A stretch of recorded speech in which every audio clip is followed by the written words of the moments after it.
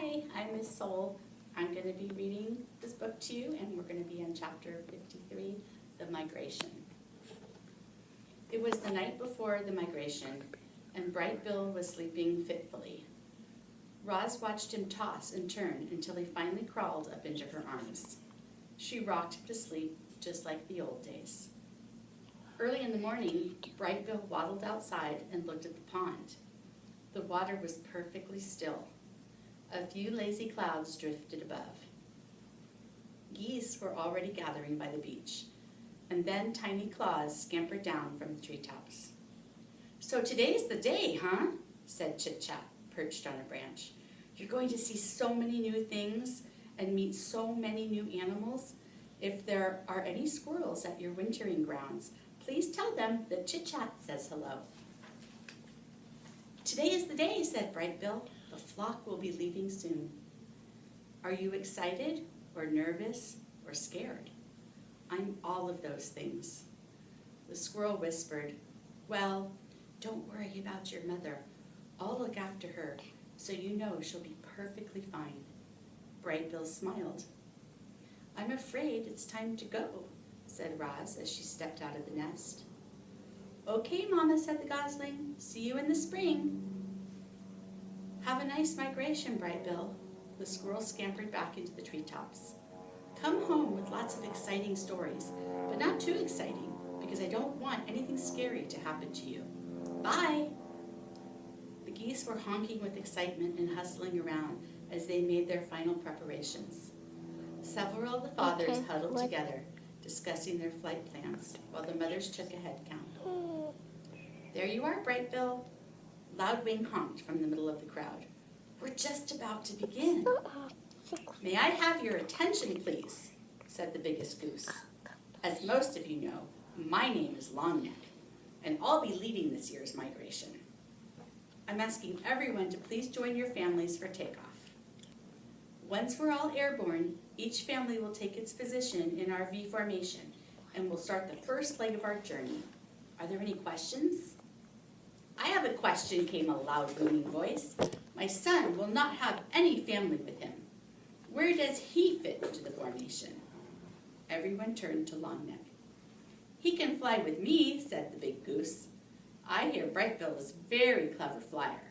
I could use his help at this point." A moment later, the geese began flapping and honking and making their way into the air. A cloud of feathers floated down around the robot and her son. "You are not a gosling anymore," said Roz. "I am proud of the fine young goose you have become." Bright Bill fluttered up to his mother's shoulder. "Thanks, Mama." The young goose wiped his eyes. "Is this where we say goodbye?" "This is where we say goodbye for now. Spring will soon be here, and we will be together again." "I'm going to miss you," said Bright Bill as he nuzzled his mother. "I'm going to miss you too," said Roz as she nuzzled her son. The goose took a deep breath. Then he shook his tail feathers, flapped his wings, and joined the flock. At first the geese flew in a disorganized jumble, but each goose slowly drifted into position until the flock formed a wobbly V.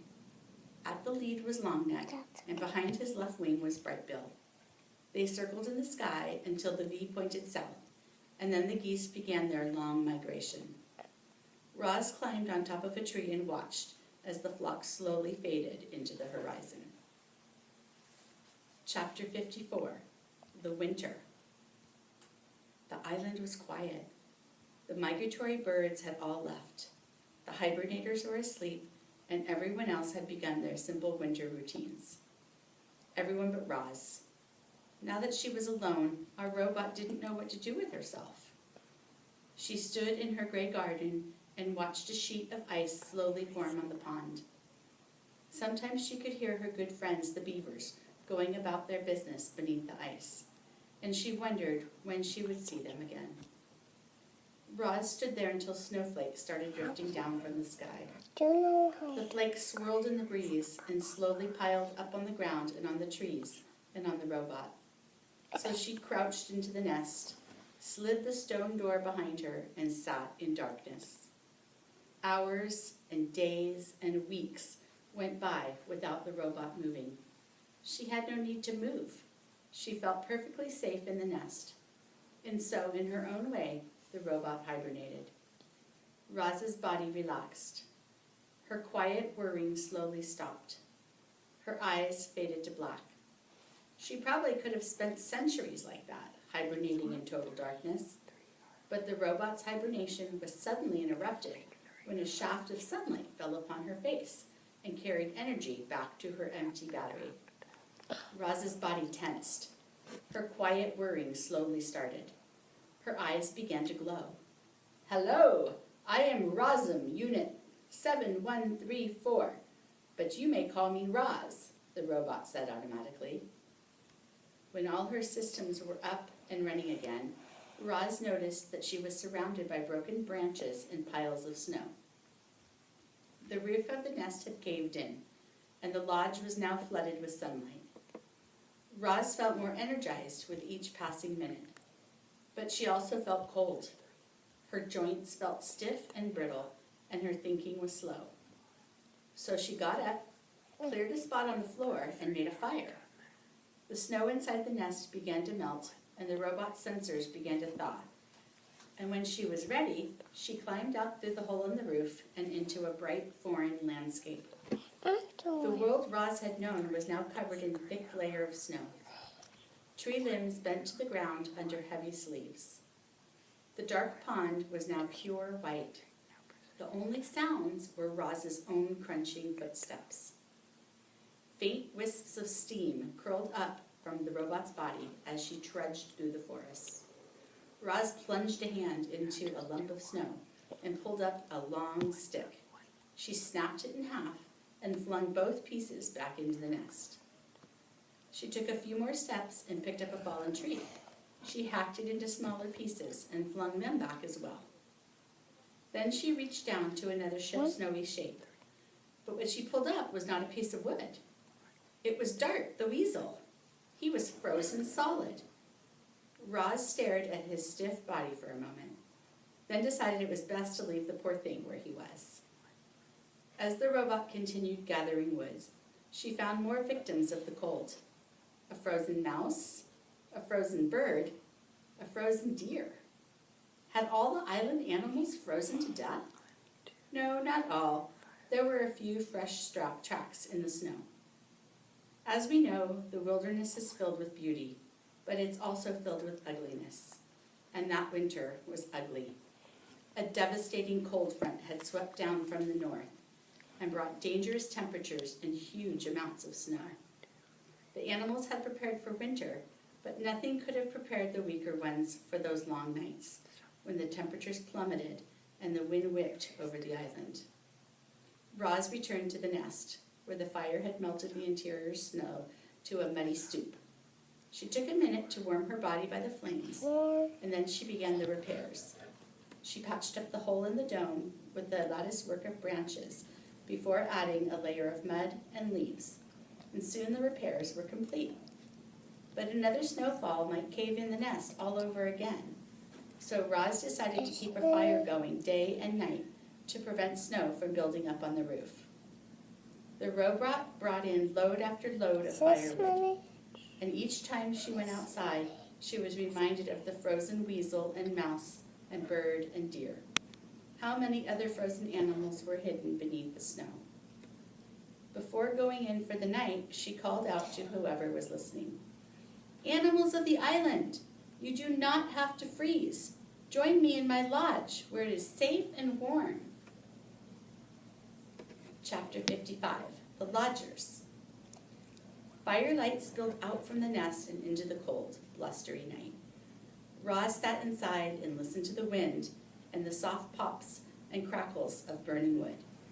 And then the robot's keen hearing picked up another sound, tiny footsteps crunching through the snow. "Roz, I'm freezing. Can I join you by the fire, please?" said a weak voice. Into the light crawled Chit-Chat. The squirrel was shivering and clumps of ice stuck to her fur. When she finally felt the heat of the fire, she collapsed. Mama, why? Roz picked her up off the floor, gently placed her on a warm stone, and let her sleep. An hour later there were more footsteps, and a familiarity of hares shuffled into the nest. They huddled together in a corner without saying a word. Pinktail the opossum was the next to arrive. "Good evening," she mumbled, trying to act cheerful. "It's certainly been chilly." Swooper the owl hobbled in, followed by some chickadees and a magpie. Fink knew a good thing when he saw it, and the fox lay down right by the fire. Then came Dig Down, the groundhog. The fuzzy bandits carried in an old turtle named Crag, who was in the worst shape of all. Creatures who should have been hibernating deep underground had been roused by that vicious weather. Only the healthiest animals with the warmest homes were safe. More and more weary animals appeared, and slowly the lodge filled up.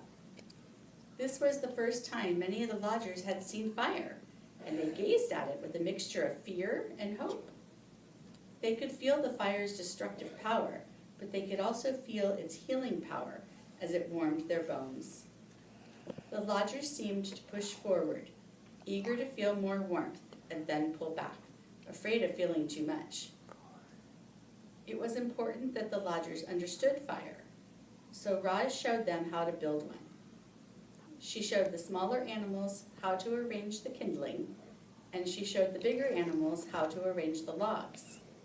Bumpkin, Lumpkin, and Rumpkin stuck the firestones together, and everyone cheered when they finally managed a spark. As Roz looked around, she saw moles curling up beside an owl, a mouse snuggling between two weasels, hares nestling against a badger. Never before had the robot seen prey and predators so close and peaceful. But how long could the peace possibly last? "I propose a truce," said Roz, "like the Dawn Truce. Everyone must agree not to hunt or harm one another while in my lodge." "Very well," said Swooper, after consulting his carnivorous friends. "We hunters will control ourselves." "Then it's settled," said Roz. "My home is a safe place for all." One by one, the lodgers each fell into a deep sleep. Even the nocturnal creatures, usually wide awake at that hour, gave into the coziness of the nest. The robot stood out of the way and quietly tended to the fire as her guests slept through the night. Only when daylight was steaming in through the door did the lodgers finally begin to stir. "You are all welcome to stay here as long as you like," said the robot as the animals rubbed sleep from their eyes. "My home is your home." "Thanks a lot, Roz." Fink carefully stepped over a hare and a woodpecker on his way to the door. "I don't think I would have survived another night on my own. It's just too bad we can't cram a few more creatures in here." And the fox looked outside. The robot looked down at the fur and feathers now carpeting the floor. The nest had been completely full that night. If any more animals showed up, they'd be left out in the cold. But Roz was not about to let that happen.